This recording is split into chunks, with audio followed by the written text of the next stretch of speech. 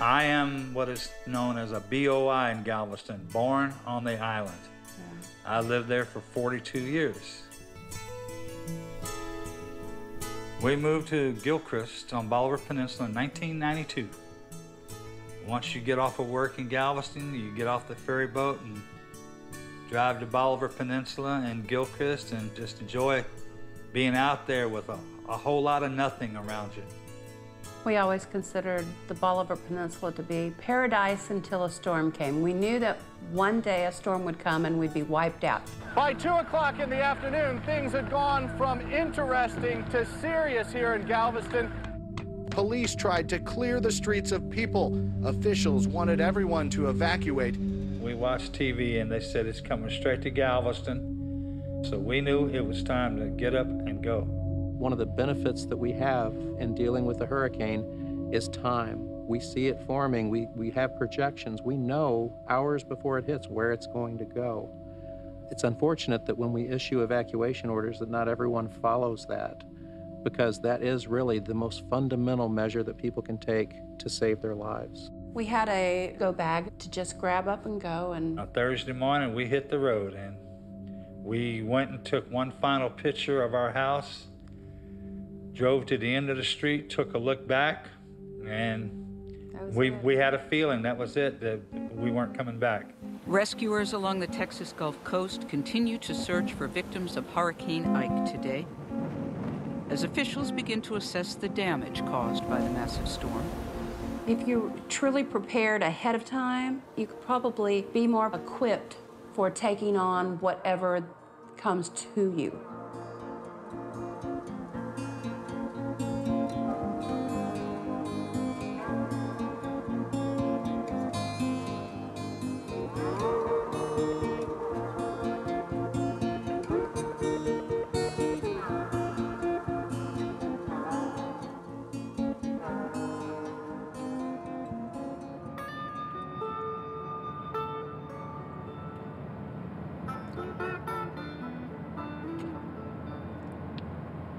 When we returned after Hurricane Ike, we couldn't find our house. And then we found an old street sign, and we were able to finally locate where our house used to be. It's hard coming back. First time I've been back in quite a while.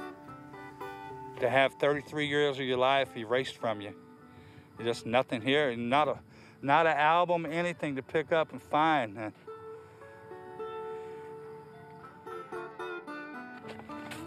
Well, where we're standing right now, this is the front room. We sit out here on the front porch every night and watch our kids out here play in the yard knowing they were safe. This was a beautiful community and I took it away. I think that when we see disasters and the aftermath of disasters, and that recovery period can be a long road. Individuals may experience normal reactions to that, which is depression, grief. The psychological and emotional trauma of that disaster may linger and persist for years after a disaster. But there's help, and they need to know that there's help in their community.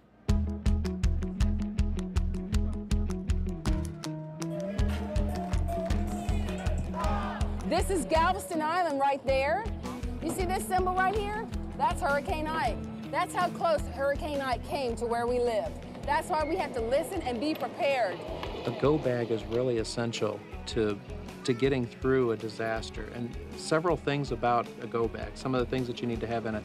Important paperwork, your prescriptions, contact information on your physician, basic identification information like your passport or a copy of your passport, your driver's license, social security number, all those things. Why do we need these things in case of a disaster? Assure that you have plenty of the basics, food and water, to last you for anywhere from 3 to 7 days. I think it's important to assure if you have a pet, that you have a plan for your pet, that you have all the food and water and equipment, a leash, a crate that you need if you need to move your pet quickly and safely out of harm's way. I think things that are commonly overlooked are things like family dependents that have medical special needs. Pets sometimes have medical needs that need to be met. And so, could I get those things or can I access those things during a disaster? Or do I need to prepare ahead of time to get those? Kits, you can help your family get ready for an emergency. Build a kit. Very good. We really wanted to do something that would help kids to be able to express themselves. So the idea of breaking up tile is kind of symbolic of what has happened to this community and to the people in their lives when Hurricane Ike hit. When your hands are busy and the focus is something other than yourself, you are more freed up and more readily comfortable about talking about issues that you would not talk about were I sitting across the table from you making direct eye contact, and it works. We were invited through the church we were attending, the Moody Methodist Church in Galveston, to attend Mosaic classes, and we'd never done that before. It was meant to be a therapeutic adventure, and it worked. Mr. Heinrich, he was involved in the breaking of the tile. He got into it. Break these tiles up. We would mastic them back and stick them down on the wood, and all the time we were talking about our destruction and our process, and we learned that there's a light at the end of the tunnel. For something, just like we prepare for what? I think education is really paramount in preparing people for the disasters that might come their way. Where your power and control lies in this situation is figuring out where am I going, what am I going to take with me, and what am I going to do when I get there, and what do I need when I get back. You can really instill more resilience across a community by individually preparing yourselves, by making a kit, by having a plan, by following the instructions of local officials. Just by those three simple things, you can enhance your ability to bounce back as an individual, as a family, and as a community. A lot of people were not ready for the hurricane, and because of that, there was a lot of conflict and confusion, and I think that probably all of us have learned from it. This mosaic that we were a part of is now hanging in the Mod Coffee Shop on 22nd and Post Office Street, In downtown Galveston. Everybody, the young, the old, the professionals, the students from UTMB, all of them meet at the Mod Coffee Shop. Honestly, I think that the reason that the tree was chosen for the mosaic is because it grows. We have to keep growing. Next time you look, it's 6 months, then it's a year, and it's taller and stronger and bigger each time.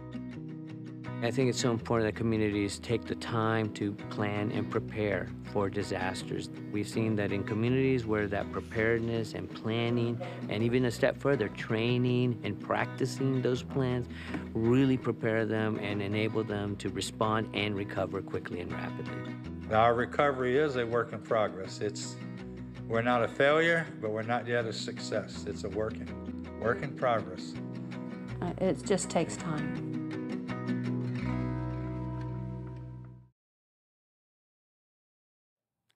As you just saw, preparing now for disasters can save lives. It can also help a community begin the recovery process sooner. Whether it's a hurricane, flood, tornado, or man-made disaster, we must be ready to respond and recover from a major catastrophe. That's why it's important to have a plan, to have essential items needed to live through a disaster, and to know how you'll get credible information during a crisis. Make a plan at texasprepares.org. You can also contact emergency management organizations to find out more about the plans available in your area. It could save your life.